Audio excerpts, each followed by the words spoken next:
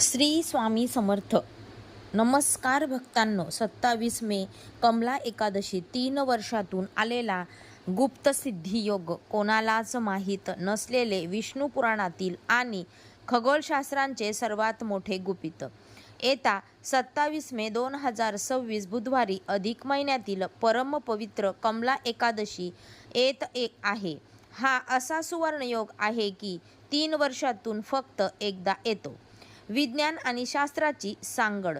सूर्यवर्ष 365 दिवसांचे आणि चंद्रवर्ष 354 दिवसांचे असते.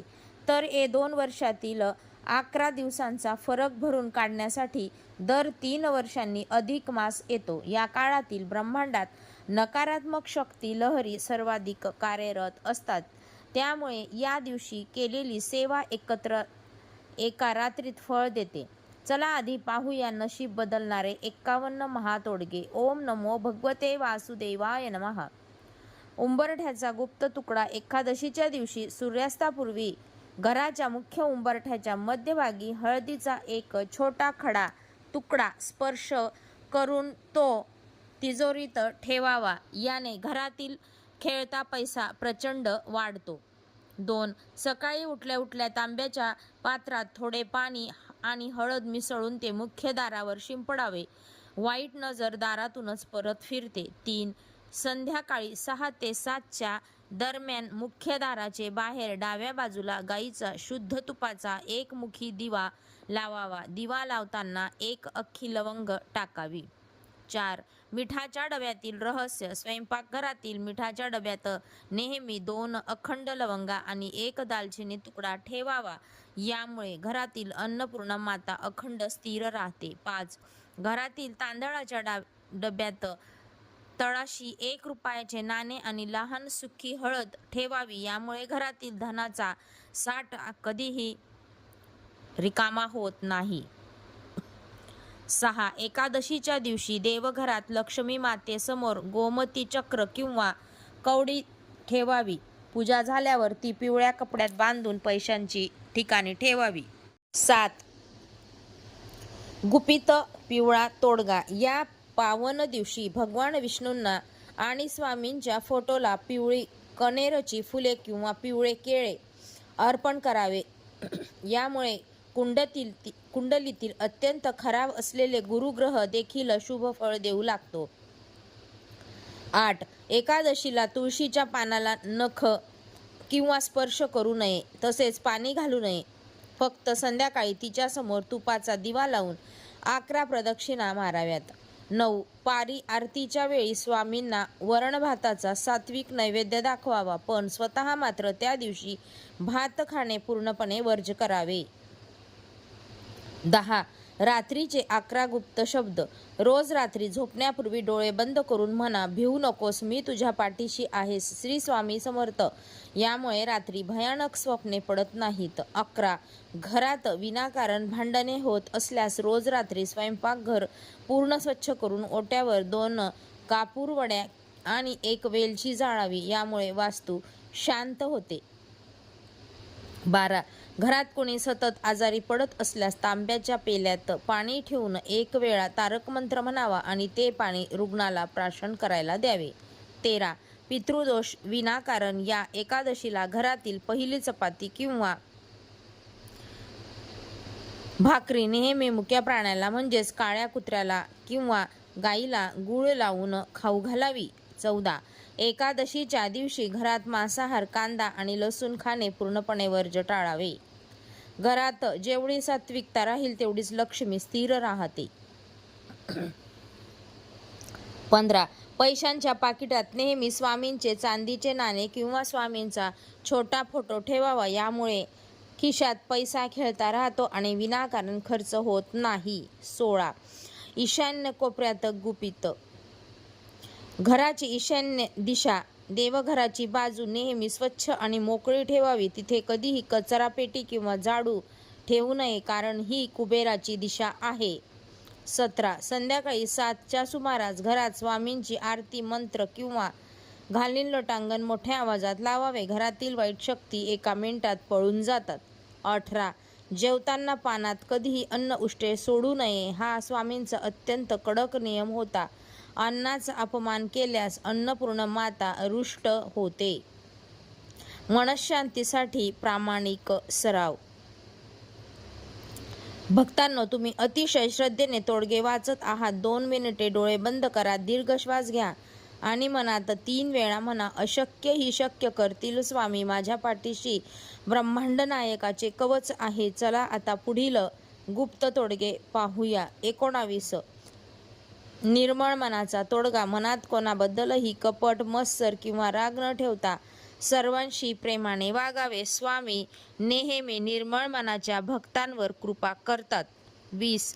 कठीण काळातील तोडगा. जेव्हा खूप मोठे संकट येईल तेव्हा डाव्या हाताच्या तळहातावर स्वामींच्या फोटोची कल्पना करा आणि त्यावर उजवा हात ठेवून 11 वेळा श्री स्वामी समर्थचा जप करा.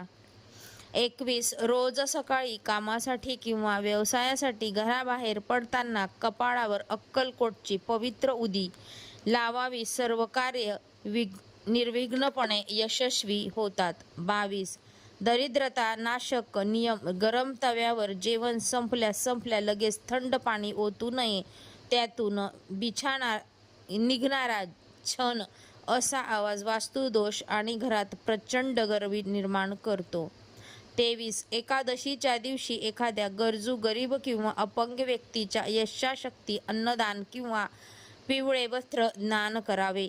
हे पुण्य थेट ईश्वरापर्यंत पोहोचते. 24. घरात रोज सकाळी किंवा संध्याकाळी व्यंकटेश स्तोत्र किंवा विष्णू सहस्रनाम लावावे.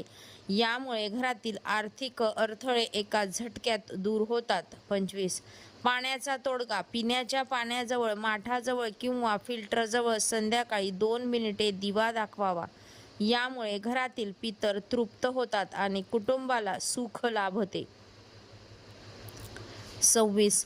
दारावर लावलेली जुनी लिंबू मिरची रविवारी कधीही काढू नये किंवा बदलू नये. हा नियम पाळल्यास घरातील प्रगती कधीही खंटत नाही. 27. देवघरात स्वामींची मूर्ती किंवा फोटो नेहमी पूर्व किंवा उत्तर दिशेला तोंड करून ठेवावा, जेणेकरून पूजा करताना आपले तोंड पूर्वेकडे राहील. 28. आरोग्य तोडगा. गव्हाच्या पिठाच्या डब्यात नेहमी एक सुकलेलं तुळशीचे पान ठेवावे. यामुळे अन्नामध्ये सात्विकता राहते आणि घरातील सदस्यांचे आरोग्य चांगले राहते. 29. जर घरातील लहान मुले खूप चिडचिड करत असतील किंवा अभ्यासात लक्ष नसेल तर स्वामींच्या फोटोसमोरील दिव्याची काजळी त्यांच्या कपाळावर लावावी. 30. एकादशीच्या दिवशी घरी आलेल्या कोणत्याही व्यक्तीला किंवा मुक्या प्राण्याला रिकाम्या पोटी पाठवू नका. त्यांना पाणी किंवा काहीतरी खायला नक्की द्या. 31. कर्जमुक्तीचा तोडगा. कर्जमुक्तीसाठी एकादशीच्या दिवशी संध्याकाळी पिंपळाच्या झाडाजवळ गाईच्या तुपाचा दिवा लावावा आणि झाडाला न विसरता 3 प्रदक्षिणा माराव्यात. 32. पूजेच्या खोलीत कधीही तुटलेली मूर्ती किंवा फाटलेल्या देवाचा फोटो ठेवू नका. यामुळे वास्तुदोष निर्माण होतो आणि घरात पैसा टिकत नाही. 33. घरातील तिजोरी किंवा पैशांचे कपाट नेहमी उत्तर दिशेला उघडेल अशा बेताने ठेवावे. उत्तर ही कुबेराची दिशा मानली जाते. 34. नकारात्मक नाशक. घरात कधीही कोळ्याची जळमट किंवा जाळी साचू देऊ नका. यामुळे घरातील नकारात्मक ऊर्जा नष्ट होते आणि गरिबी वाढते. 35. गुरुवारी किंवा एकादशीला घरात फरशी पुसताना पाण्यात थोडे खडे मीठ, समुद्र मीठ टाकावे. यामुळे घरातील सर्व नकारात्मक ऊर्जा नष्ट होते. 36. रोज सकाळी उठल्यावर आपल्या दोन्ही तळहातांचे दर्शन घ्यावे आणि एकाग्रे वसते लक्ष्मी या श्लोकाचे स्मरण करावे. नशिबाची साथ मिळते. 37. रात्रीचा नियम. घरात रात्रीच्या वेळी कधीही उष्टी भांडी बेसिनमध्ये ठेवू नका. रात्री भांडी घासून झोपल्यास लक्ष्मी माता अत्यंत प्रसन्न होते. 38. झाडूला कचरा काढणीला कधीही पाय लावू नका. किंवा तो उभा करून ठेवू नका. झाडू हा लक्ष्मीचे रूप मानला जातो, तो नेहमी लपवून ठेवावा. 39. व्यवसायात किंवा दुकानात बरकत हवी असल्यास प्रवेशद्वाराजवळ हळद किंवा कुंकवाने स्वस्तिक काढावे आणि त्यावर अक्षदा वहाव्यात. 40. नजर दोष विशेष घरातील लहान मुलांची या व्यवसायाची नजर काढताना लिंबावर कुंकवाऐवजी काळे उडीद किंवा काळे तीळ ठेवावे, वाईट नजर लगेच नष्ट होते. 41. घराच्या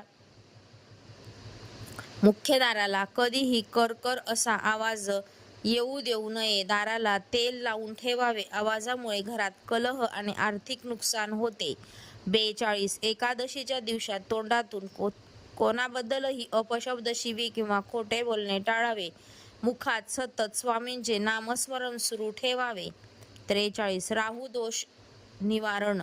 घराच्या छतावर, टेरेसवर कधीही जुना कचरा, तुटलेले फर्निचर किंवा लोखंडी सामान साचवून ठेवू नका. यामुळे राहू दोष निर्माण होतो आणि कामात अडथळे येतात. 44. घरात कोणत्याही खोलीत अंधार ठेवू नका. विशेषतः संध्याकाळी देवघरात मुख्य दारात प्रकाश असणे अत्यंत आवश्यक आहे. 45. रोज सकाळी सूर्याला तांब्याच्या पात्रातून जल अर्पण करावे, यामुळे समाजात मानसन्मान वाढतो. 46. आपल्या उत्पन्नातील काही छोटा हिस्सा नेहमी गाय कुत्र्यांच्या अन्नासाठी बाजूला काढावा. 47. एकादशीला पांढरे किंवा पिवळे कपडे परिधान करावेत. हे रंग स्वामींच्या कृपेला आकर्षित करतात. 48. घरात कोणताही नळ गळत असेल तर तो तातडीने दुरुस्त करा. नळातून पाणी वाहून जाणे म्हणजे पैसा वाहून जाण्यासारखे आहे. 49. दक्षिण दिशेला तोंड करून कधीही पूजा करू नये. पूजा नेहमी पूर्व किंवा उत्तर दिशेला करावी. 50. पौर्णिमेला किंवा एकादशीला घरात गुगुळ किंवा लोभानाचा धूप दाखवावा, वास्तू शुद्ध होते. 51. सर्वोत्तम नियम. सर्वात महत्त्वाचा नियम. हे सर्व उपाय करताना मनात कोणताही संशय न ठेवता पूर्ण श्रद्धेने करा. साक्षात स्वामी तुमच्या पाठीशी उभे राहतील. अधिक मास एकादशी. 12 राशींचे गुप्त तोडगे. मेघरास. 27 मे रोजी हनुमान चालीसा 1 पाठ करा आणि स्वामींना लाल फूल किंवा गुलाबाचे फूल अर्पण करा. घरातील वाद संपतील. वृषभ रास. लक्ष्मी मातेसमोर शुद्ध गाईच्या तुपाचा दिवा लावून त्यात 1 पांढरी खडीसाखर टाकावी. आर्थिक चणचण दूर होईल. मिथुन रास. भगवान विष्णूंना पिवळे फळ, केळी अर्पण करा आणि विष्णू कवच किंवा विष्णू नामाचा जप करा. रखडलेली कामे मार्गे लागतील. कर्क रास. तांब्याच्या पेल्यात पाणी भरून त्यावर हात ठेवून 11 वेळा श्री स्वामी समर्थ म्हणा आणि ते पाणी घरातील सर्वांना प्यायला द्या. घरातील आजारपण दूर होईल. सिंह रास. सकाळी उगवत्या सूर्याला तांब्याच्या पात्रातून जल अर्पण करा. समाजात मान सन्मान आणि नोकरीत मोठे यश मिळेल. कन्या रास. देवघरात किंवा तुळशीजवळ हिरवे मूग किंवा गूळ खोबऱ्याचा नैवेद्य दाखवावा. मुलांच्या शिक्षणातील अडथळे दूर होतील. तुळ रास. घराच्या मुख्य दारावर उंबरठ्यावर हळद कुंकवाने स्वस्तिक काढावे. घरात कधीही वाईट नजर आणि नकारात्मक ऊर्जा प्रवेश करणार नाही. वृश्चिक रास. संध्याकाळी हनुमान मंदिरात किंवा महादेवाच्या मंदिरात जाऊन तिळाच्या तेलाचा किंवा तुपाचा दिवा लावावा. अचानक येणारे संकटे टळतील. धनुरास. अधिक मासाच्या या एकादशीला कपाळावर केसर किंवा हळदीचा टिळा लावावा. नशिबाची पूर्ण साथ मिळण्यास सुरुवात होईल. मकर रास. या दिवशी एखाद्या गरजू किंवा गरीब व्यक्तीला अन्नदान करा किंवा काळ्या गाईला चपाती खाऊ घाला. शनिदोष आणि कर्जमुक्त होईल. कुंभ रास. संध्याकाळी पिंपळाच्या झाडाजवळ गाईच्या तुपाचा दिवा लावून झाडाला 3 प्रदक्षिणा माराव्यात. व्यवसायात प्रचंड प्रगती होईल. मीनरास भगवान विष्णू आणि स्वामी समर्थ महाराजांच्या चरणी 1 रुपयांचे नाणे आणि पिवळे फूल ठेवावे. नंतर ते नाणे तिजोरीत ठेवावे. धन अखंड टिकून राहील. विष्णू पुराणातील 3 गुप्त पुरुषोत्तम नियम. भक्तांनो, 51 तोडगे पूर्ण झाले आहेत. आता आपण अधिक मासाचे गुप्त नियम आणि कथा पाहणार आहोत. नियम 1. मौनी शक्ती. एकादशीच्या दिवशी सकाळी उठल्यानंतर किमान 1 तास पूर्ण मौन पाळावे. यामुळे शरीरातील आध्यात्मिक ऊर्जा प्रचंड वाढते. नियम 2. कास्यपत्राचा त्याग. या पवित्र दिवशी जेवणासाठी किंवा उपवास सोडताना काशाच्या किंवा तांब्याच्या वाटीच्या ताटाचा वापर करू नये. जेवणासाठी केळीचे पान वापरावे. नियम 3. दीपदान महात्म्य. अधिक मासातील एकादशीला घरातील मंदिराव्यतिरिक्त नदीकाठी किंवा पिंपळाच्या झाडाजवळ दिवा लावल्यास अखंड लक्ष्मी प्राप्त होते. अक्कलकोट स्वामी दरबारातील दुर्मिळ 2 प्रचिती.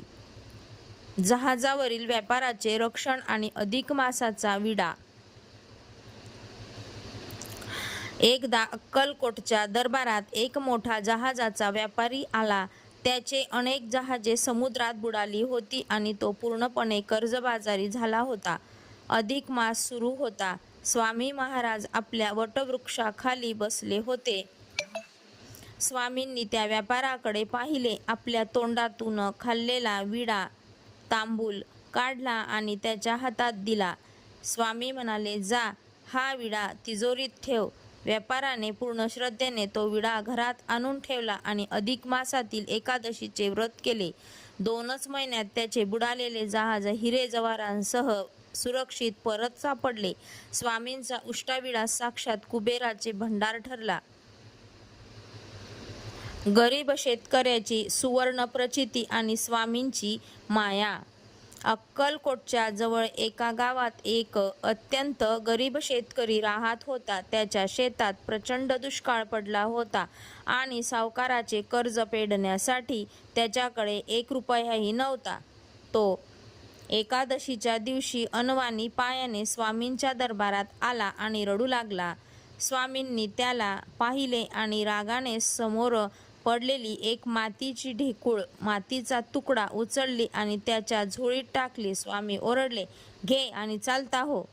शेतकऱ्याने तो मातीचा तुकडा स्वामींचा आशीर्वाद मानून घरी आणला आणि देवघरात ठेवला. अधिक मासाची एकादशी संपून दुसऱ्याच दिवशी सकाळी जेव्हा त्याने देवघर उघडले तेव्हा ती मातीची ढेकूळ साक्षात शुद्ध सोन्यात बदलली होती.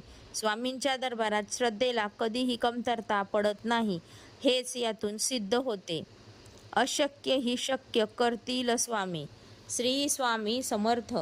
3 वर्षातून एकदा येणारा हा दुर्मिळ योग 51 तोडगे आणि स्वामींच्या प्रचिती ही गुप्त माहिती सर्व स्वामी भक्तांना शेअर करायला विसरू नका. रोज अशी शास्त्रोक्त रहस्यमय माहिती वाचण्यासाठी आपल्या चॅनलला आत्ताच सबस्क्राईब करा आणि बेल आयकॉन दाबा.